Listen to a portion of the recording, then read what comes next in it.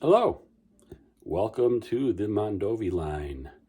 Let's do a little bit of a update on the layout for November. There isn't a lot of changes, but some of the small changes took a while. So we'll just walk around and look at a few things here and there. Not much changed in Mondovi, but I'm always picking up a extra vehicle now and then. These two here, an Edsel and a Buick, are both from Oxford, and they had a sale on them at my local hobby store, so I went ahead and grabbed some. And that's another Oxford vehicle. I like the flames on the old 49 Mercury, and it matches pretty well with the dude sitting on the edge of the little shack there. And also I picked up this pickup truck and slathered it with some taco sauce to kill the shine. And it looks good in the Midland Lumberyard. I also found this old farm vehicle. I think it's a water truck actually. I found it in a box of my dad's stuff from his old layout in pieces. So I thought, well, let's add it to the little junk pile near the implement dealer where he keeps his stuff when it comes into town. Looks like a John Deere color there. I also added these directional signs underneath the depot in Mondovi and Osseo. They are little plastic, I guess they're sign holders that you'd put on a desktop. Bought them at Michael's.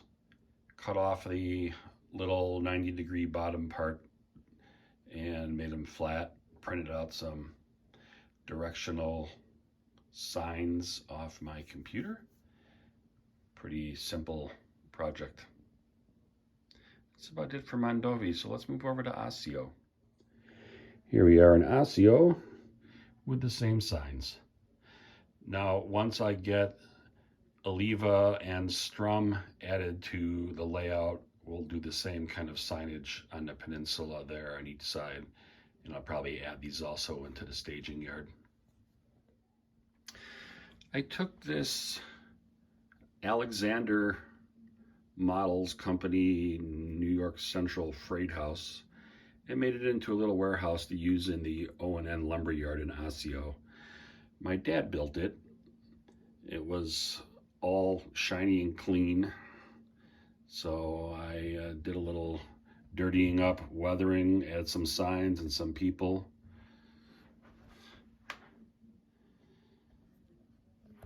I don't know how those ladders get on the roof, but they always do. There's the other side. And there'll be a coal shed in the warehouse. And on the other side of the road, we'll eventually have more of the lumber yard. You're not going to see the whole thing, obviously. There's not enough room on a 24-inch shelf. I needed a pump house that's going to go next to the depot here in Osseo. And I had an old Campbell scale model pump house in my box of scrap buildings. So I repainted it, and that'll be part of the scene here when we get that far. The water tower was just beyond it, like right over here, and we'll put in the foundation pieces from the old water tower. Now, on this side of the road was a grain elevator, and on the other side of the road there was a larger warehouse, potato warehouse I think it was. We just have an old depot. I don't know where this came from, but that's just a stand-in for now. So I'll be scratch building a depot to put there. But if you move this out of the way, this spur on the outside was actually a lot longer and had more industry on it, but I don't have the room for it. So I'm thinking I'm going to put a turnout right here beyond the road and run a spur down to the end here, and I'll have the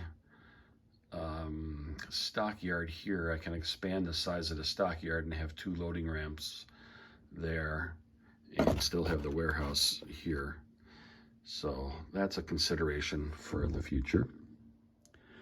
Now here at the end of Osseo, where it wraps around to meet the staging yard, I went ahead and glued down all the foam, used a little spackle to cover the seams and then painted them. And ground cover will take care of the rest. And that runs down into staging. But this will all be scenicked up. And where I added the last scrap of backdrop that I had here, we're gonna put a speed shop, gas station type place. And then the last thing, which has taken me most of the last month to build, is an Itla Warehouse. It is their Atlas manufacturing, and I bought the 4th and 5th floor additions, and then I took it all apart and put it back together again into 3 sections to make the United Milk Products milk condensery. It is 40 inches long, and I added details to it this week, and this is where I'm going to leave it for now. You can see that it goes from the road back here. We have a Altoona Model Works smokestack at the end. We have the powerhouse that will get coal. And we have the original section of the condensery that was built in 1919. And then in 1940s, they built the long addition here on the end. Sorry, I keep walking into my grain elevator here. And then I built 3 ITLA loading docks, plus a little extension there. And that's going to be a nice area for 3 or 4 cars. I'll just roll these into the scene.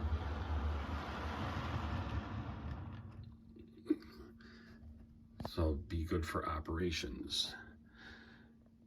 So that's that. Now we're going to start looking into a little more Osseo scenery and buildings. So thanks for stopping by for the update. It was short and sweet. Hit that subscribe button, hit the like button, leave a comment, share if you like. I'd appreciate it. So let's run some trains.